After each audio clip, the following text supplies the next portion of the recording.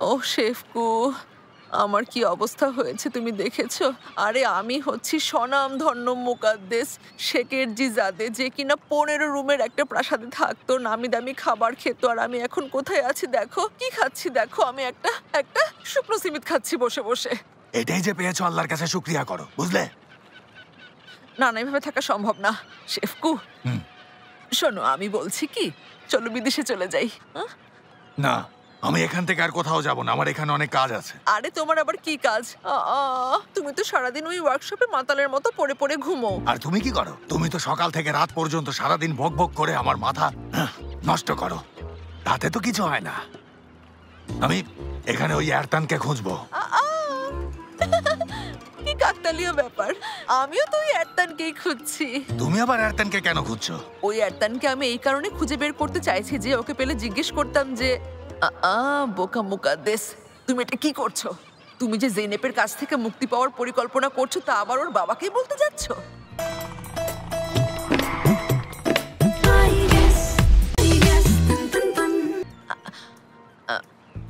এটাই জিজ্ঞেস করতাম যে এরতান, সত্যি করে বলো, তুমি আমাদের শিকারি কটেজে কি করতে গিয়েছিলে? কি পরিকল্পনা নিয়ে গিয়েছিলে বলো? হ্যাঁ, এটাই।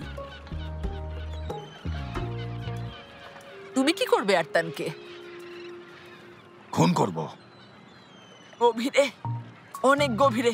অসম্ভব, তুমি এটা করো না, তাহলে আমার সব পরিকল্পনা ভেস্তে যাবে। তোমার আবার কোন পরিকল্পনা ভেস্তে যাবে? তুমি যদি এরতানকে সত্যি খুন করার চেষ্টা করো, অনেক বড় বিপদ হবে।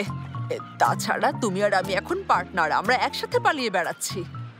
তুমি বিপদে পড়লে খুব স্বাভাবিকভাবে আমিও বিপদে পড়বো, বুঝতে পেরেছো? না, আমি এখন একাই কাজ করব, বুঝেছো? আর আমি যদি ধরা পড়ে যাই, তাহলে পুলিশকে তোমার কথা বলবো না। শেফকু, কোথায় যাচ্ছ? আমি চলে যাচ্ছি মুকাদ্দেস। এখন থেকে আমাদের দুজনের পথ ভিন্ন। তোমার যেখানে যেতে মন চায় সেখানে চলে যাও, কেমন?